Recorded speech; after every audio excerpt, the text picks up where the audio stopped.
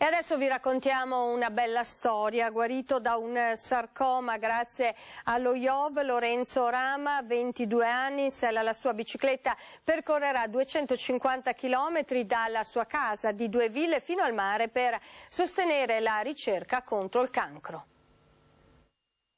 Metterà sui pedali la forza di tutta la sua ritrovata energia. Lorenzo Rama, 22 anni, guarito grazie allo IOV da un sarcoma che lo ha colpito 2 anni fa.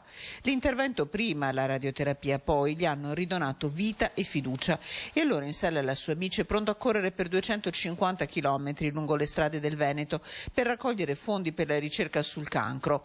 Partenza il 17 luglio da Due Ville, dove vive con a fianco in auto il fidato amico Samuele Benetti. Lorenzo pedalerà in 5 tappe toccando Vicenza, Treviso, Jesolo, Sottomarina per poi tornare a Padova alla sede dello IOV.